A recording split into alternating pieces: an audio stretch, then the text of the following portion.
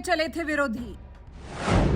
24 चुनाव से पहले कर दी भारी गलती। एकजुट होकर चले थे मोदी को हराने। एक झटके में टूट गए मोदी के विरोधी।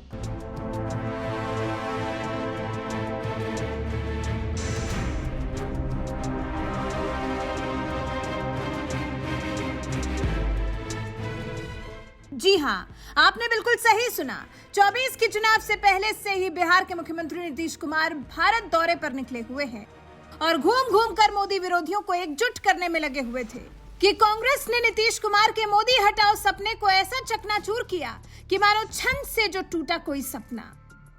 क्योंकि नीतीश कुमार जिस तरह से विरोधियों को जुटाने के मिशन में लगे हुए हैं, उनके पास एक अच्छा मौका था कर्नाटक में होने जा रहे कांग्रेस सरकार के शपथ ग्रहण में तमाम विरोधियों को एक मंच पर ला सकें और पूरे देश को विपक्ष की ताकत का एहसास कराएं कि यही वो विपक्ष है जो साल 2024 के लोकसभा चुनाव में मोदी को सत्ता से हटाएगा।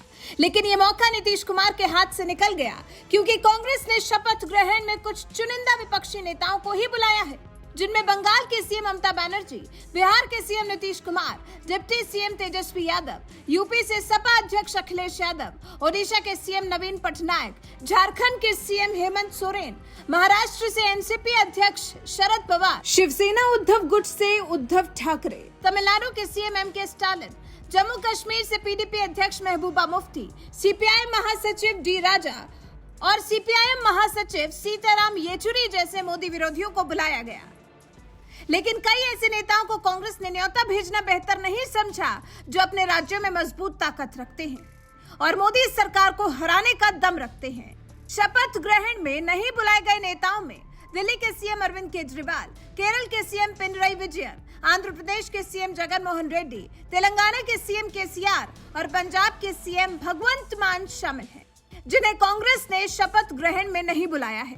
माना जा रहा है कि बस यहीं पर कांग्रेस ने बड़ी गलती कर दी, क्योंकि जिन विपक्षी नेताओं को कांग्रेस ने न्योता नहीं भेजा है वो अपने राज्यों में मजबूत नेता हैं, जिनके बिना विपक्ष मोदी को टक्कर दे पाएगा इसकी कम ही संभावना नजर आ रही है। क्योंकि इन नेताओं की अपने राज्यों में एक मजबूत पकड़ है। इन्हें मोदी हटाओ अभियान में कांग्रेस जैसी बड़ी विपक्षी पार्टी शामिल नहीं करती है तो फिर समझ सकते हैं कि विपक्ष कितनी बड़ी गलती कर रहा है। क्योंकि सीटों के लिहाज से देखें तो सीएम जगन मोहन रेड्डी के आंध्र प्रदेश में लोकसभा की 25 सीटें हैं, सीएम अरविंद केजरीवाल की दिल्ली में लोकसभा की 7 सीटें हैं, सीएम भगवंत मान के पंजाब में लोकसभा की 13 सीटें हैं, सीएम पिनराई विजयन के केरल में लोकसभा की 20 सीटें हैं, सीएम के चंद्रशेखर राव के तेलंगाना में लोकसभा की 17 सीटें हैं।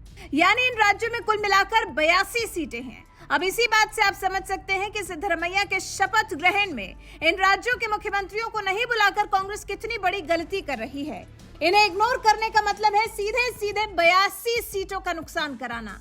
यानी एक तरफ जहां इनमें से ज्यादातर नेताओं से मुलाकात कर सीएम नीतीश कुमार उन्हें मोदी के खिलाफ एकजुट करने में लगे हुए हैं, तो वहीं दूसरी तरफ कांग्रेस इन्हें किनारे लगाने में जुटी है, जिससे आप समझ सकते हैं कि मोदी के खिलाफ होने वाली विपक्षी एकजुटता में जब अभी से ही फूट पड़ने लगी है तो भला ये विपक्षी पार्टियां 24 की जंग में मोदी को कैसे हरा पाएंगी। वैसे एक बात और आपको बता दें, विपक्षी एकजुटता का चुनाव से पहले बिखरना कोई नई बात नहीं है। इससे पहले भी साल 2019 के लोकसभा चुनाव के दौरान विपक्ष मोदी के खिलाफ महागठबंधन बनाने चला था, लेकिन 2024 चुनाव आया तो तमाम गठबंधन बिखर के चूर-चूर हो गए और मोदी दोबारा लौटकर सत्ता में आ गए। क्या ऐसा ही इस बार भी 2024 के लोकसभा चुनाव में होगा? अपनी राय हमें कमेंट कर जरूर बताएं।